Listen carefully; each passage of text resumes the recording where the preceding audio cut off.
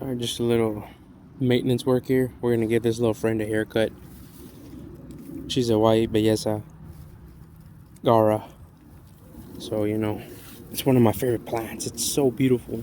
It's got these little whirling butterfly-like blooms that are so charming when the wind blows. Oh, goodness, in the summer.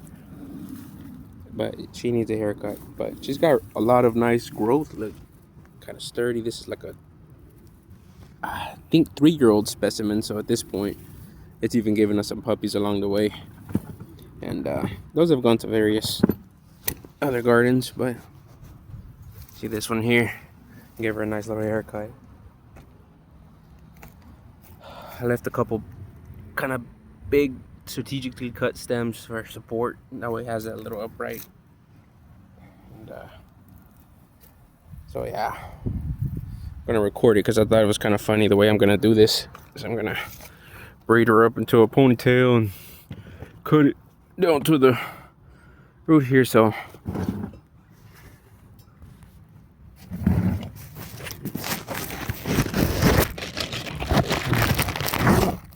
that's not gonna work.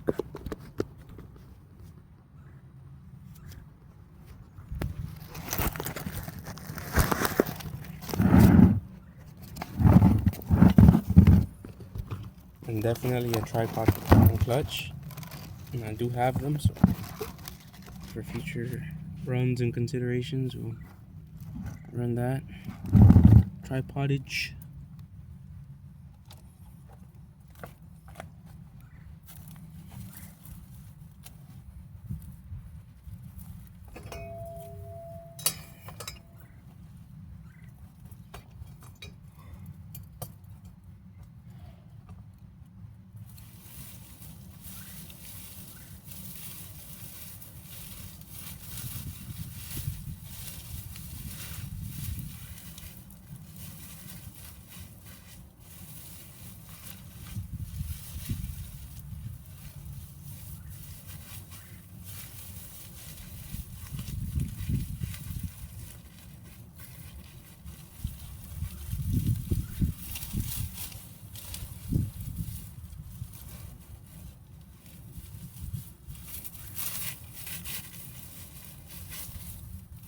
And yes, I did go overboard with the Gaura. I planted 3. So maybe one of these belongs in a different part of the yard. That'd be great. But here it just seems to get enough sun. We got live oak pressure from that side over there, and it's evergreen. So that part of the flower bed has like a little microclimate that's like a part shade. This is more or less kind of full sun, you know. It does get dappled sun because of the red bud, but it's about the sunniest spot of the front yard other than the lawn.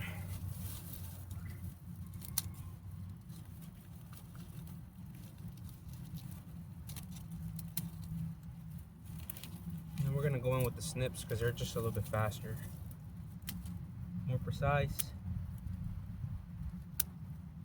The snips, you don't get that crossover of like live stem and like you would with the pruning shear. So with these you can get up in there and preserve your fresh growth by being precise with your cut. That's always good, you know, to be a precision pruner, not just kind of like a go in there and cut some shit down kind of guy. We did take a little stem. I'm sorry. It happens. It's just one. Maybe we'll try to propagate it. Who knows?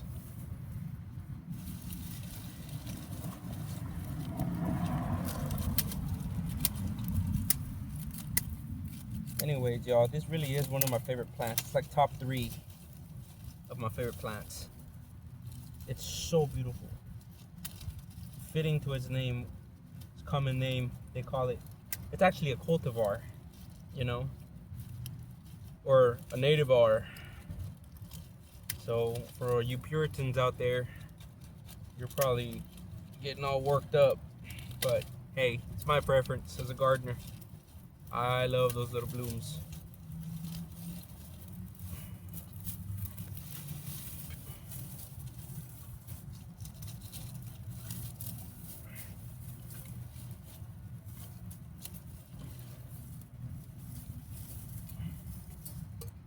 it might seem like I'm kind of roughhousing her a little bit. Maybe I'll take a step back and reassess, because I think I might be manhandling her.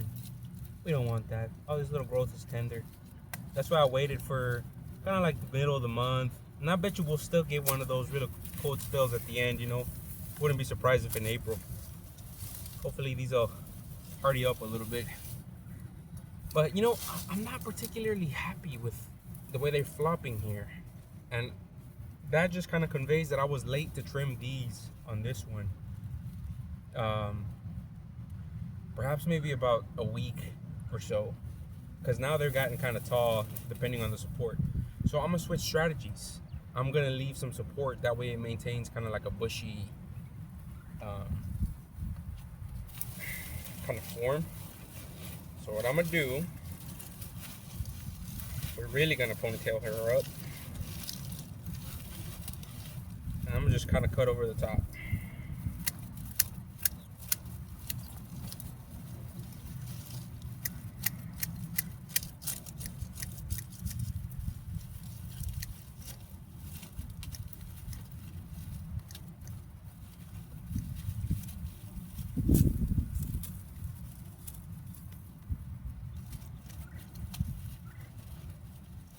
We're gonna leave those little woody stems for like a support, and it's gonna be kind of a crutch, but eventually these are kind of woody up, and at that point we can always just come back and do a cleaning action. Is it gonna be the best appearance? I'll try to make it. I'll try to hide the little wood underneath the, but see, I'm happy with that because now it's supported and it's not flopping over. So sometimes you gotta improvise your strategy, you know. You can't do it the same time, the same way every time. And plus you're learning what to do in situations like this. Like, hey, you happen to miss your pruning window by a week, 2 weeks, what are you gonna do, you know? At that point, the plant's growth is gonna be affected in some sort of way, but we're playing it safe because I knew that we were gonna have one of them cold events. And had I done this like in February, we would have really stunted its growth then, and it would, you know, this is a tender perennial. I don't give this a haircut in the winter at all. I just let it kind of have its little old growth be like a protection to it.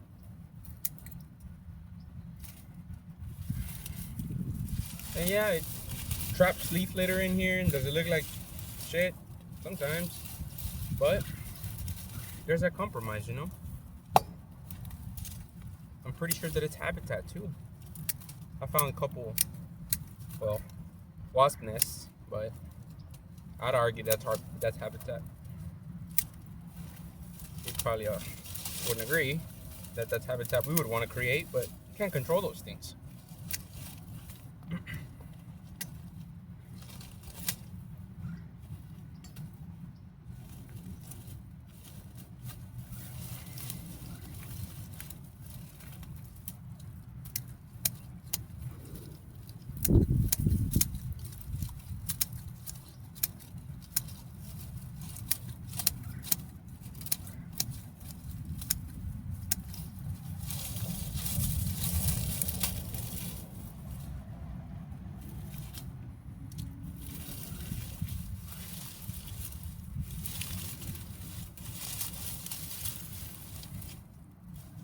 There you go, little friend. Just giving you a haircut. I don't mean to disturb you. I know that you're photosynthesizing, but this is going to help you.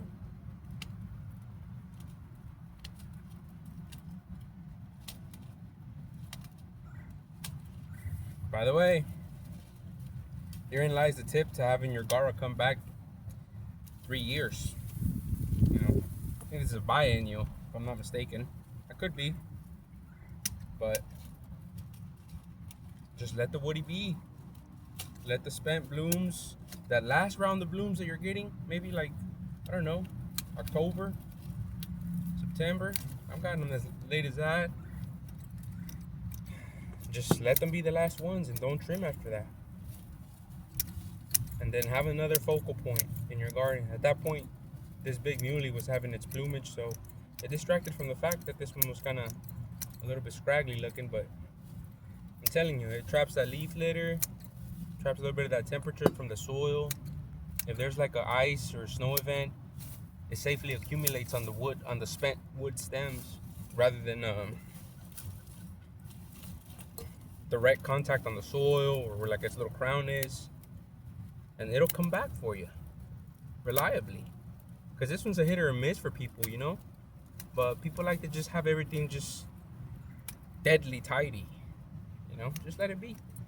Something will habitate in it over the winter, and I don't know. A little grown out bush in the winter is better than evenly brown caca water looking lawn. Just like at least there was something there, you know.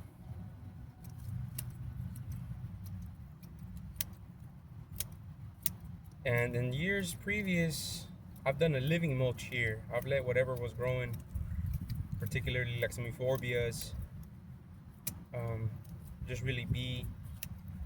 But you know, I didn't like that this year because this client's a barber. He cares about aesthetics, and it's big for him. And I agree with his mentality of wanting things to be crisp and lined up. And so this year we're gonna try something a little bit different. Instead of a living mulch, we're gonna do smothering with a cardboard around our planting zones, just for that kind of neat. Becomes carbon in the soil, which this is lacking of some stuff, you know. Introduce some compost over the top, some organic matter, and I'm gonna plant strategically some specimen, you know. Nothing too fancy, you know. Just some rock rose, autumn sage, skullcap. As I transition more east where that part shade is, maybe I'll work in like some golden Alexanders or even then, no, that's the wrong choice for that. I would have to dial in that edge over there because over there's like part shade, so I'm gonna have to. I could put some rock rose, it just won't flower as much over there. I could put it just for the sake of continuity, but some rock rose over here would be nice.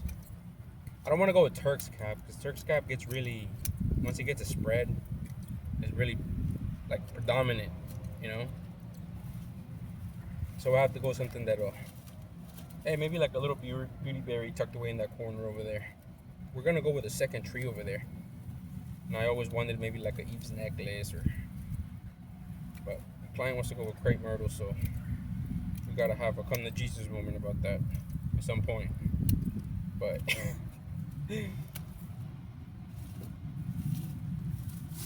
yeah, you see, I'm not so happy about that because it's just kind of flopping over. Might actually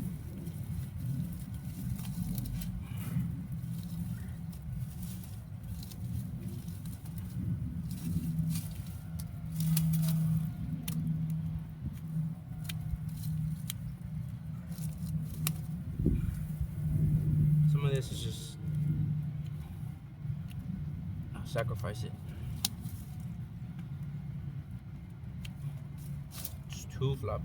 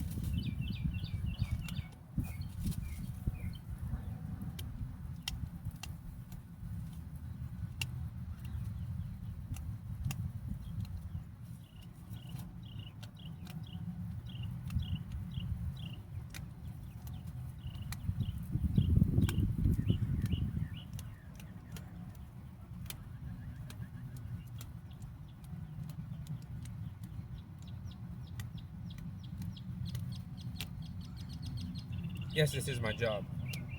I get to sit here and judiciously prune with snips as I listen to the birds and feel the breeze go through my hair. And this bandana signals who I am, but in a way that probably will surprise you. I wear it because I actually don't like sweat in my face. How about that? Yeah, we're tough shit, alright.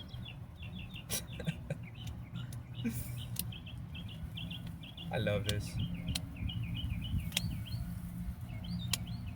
Working with nature, not against it.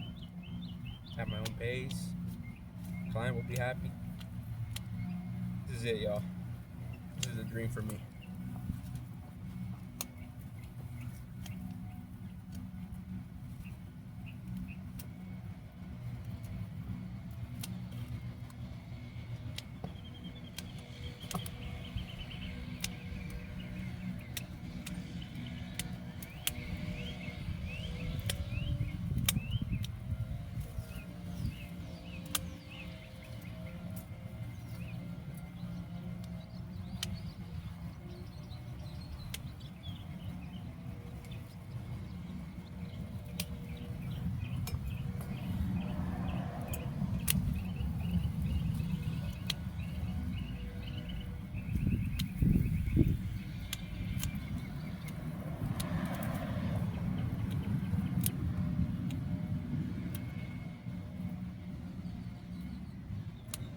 See, I really meant it when I said that I was gonna kind of like sneak in that little woody structure.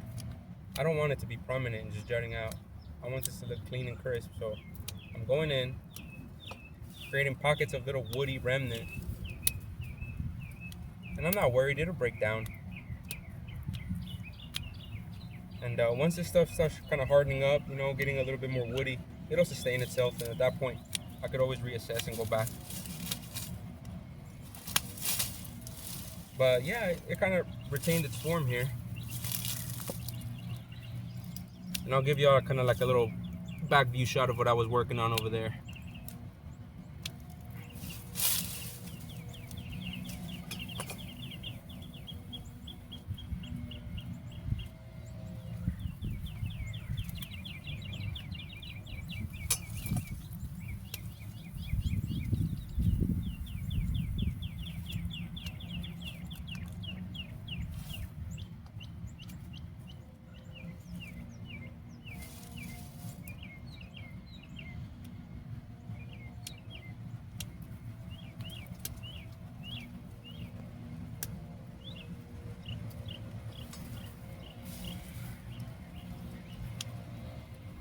You guys hear the gas orchestra over there?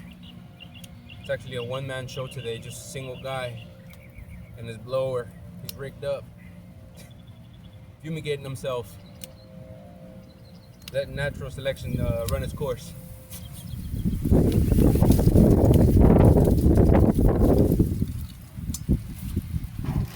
All right,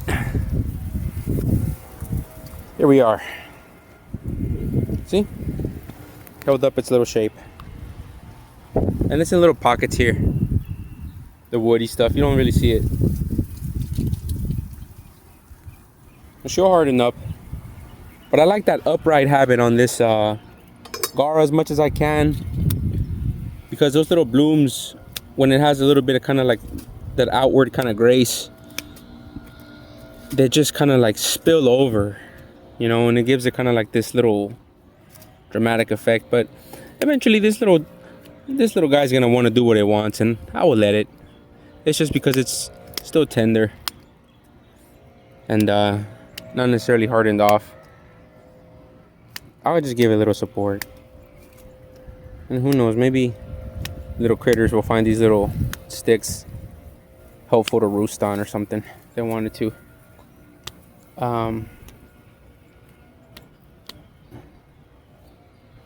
So there you go. On to the next one. We're gonna do the same thing, and that little beauty's ready. She's ready to go. That wasp is like, bro, my heels. But yeah, I don't know if my client would really want wasps here, so good. That's where I want to plant some autumn sage, some rock rose there, those spots right there. And there's this big muley. It's beautiful. I'm about to just kind of, with my fingers, kind of rake out that old growth, take it down. I shouldn't have to take my shears to it, maybe here and there, but you just want to kind of comb it with your fingers. You don't want to cut that fine little new growth.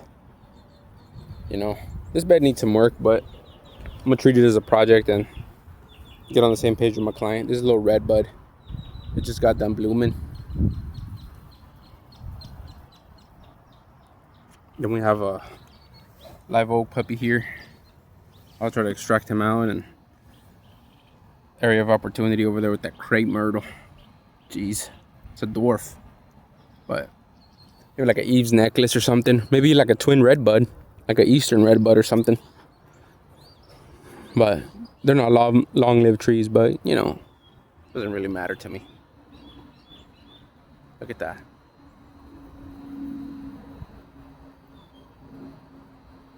Beautiful little guy.